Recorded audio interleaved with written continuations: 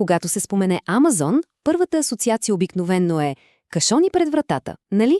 Обаче, какво ако истинският двигател на печалбата на този гигант е нещо, което повечето хора дори не виждат? Точно тази скрита сила на Амазон ще разгледаме сега. Добре, нека започнем с един наистина важен въпрос. Коя част от тази огромна, ама наистина огромна империя, всъщност носи големите пари? Ето и една малка подсказка. Отговорът почти сигурно ще е изненадващ. Защото, вижте, той се крие много далеч от онези кашони и бързите доставки, които са ни толкова познати. Добре, преди да разкрием истинската звезда, нека за момент да погледнем отвъд самия кашон. Да си припомним онази част от Амазон, която реално всички познаваме. Разбира се, всички знаем Амазон като абсолютния гигант в онлайн търговията, но империята им е много по-голяма, нали? Говорим за Prime Video и Fire TV, за хранителните стоки от Whole Foods, за джаджи като Ring, за Twitch, Zappos, Kindle, Audible. Списъкът е наистина дълъг. И точно тук идва големият обрат, защото цялата тази наистина огромна търговска машина всъщност не е истинската звезда, поне не когато говорим за печалба. Нека разкрием кой е истинският герой. Ето, вижте, ако погледнем прогнозата за нетните продажби през 2025, Amazon Web Services, или както е по-известно AWS, изглежда като, доста скромно парче от тортата. Само 18%. Но, както се казва, това е само половината от историята. Защото, когато преместим поглед от продажбите към оперативната печалба, картината се променя драстично. Всъщност, направо се преобръща. И точно тук е заровено кучето, така да се каже. Цели 57%. Да, правилно, над половината от цялата оперативна печалба на Amazon идва от AWS, тяхното подразделение за облачни услуги. Това е истинският двигател. И става още по-интересно. Не е само въпрос на марш на печалба. Вижте темповете на растеж.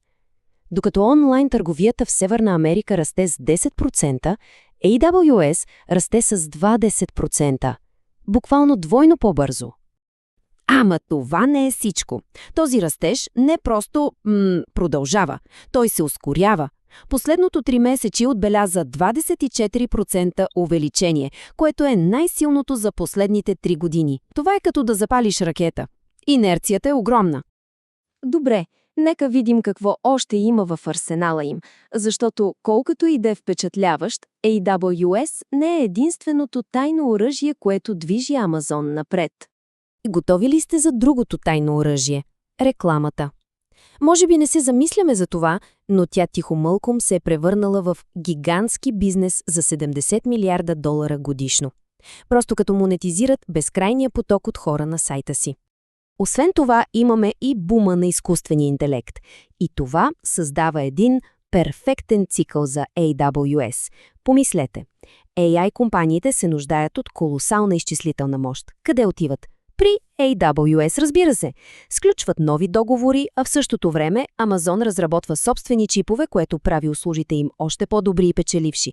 Гениално, нали? И тук става дума за тези специални чипове – Trainium и Graviton. Това е голям коз за Amazon. С тях те предлагат на клиентите си между 30 и 40% по-ниски разходи за определени задачи в сравнение с конкуренцията. Така правят платформата си по-привлекателна и, разбира се, по-печеливша за самите тях. Разбира се, картината не е само розова. За да имаме пълен поглед, трябва да разгледаме и рисковете. А те съществуват и не са за подценяване. И така, какво може да се обърка?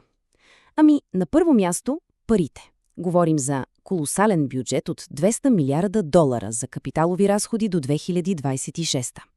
После, конкуренцията е меко казано жестока.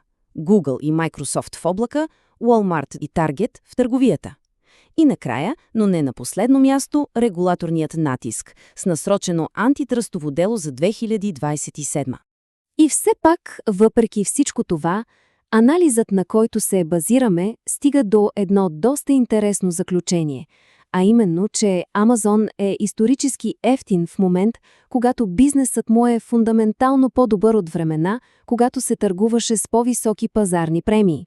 С други думи, може би има разминаване между цена и реална стойност.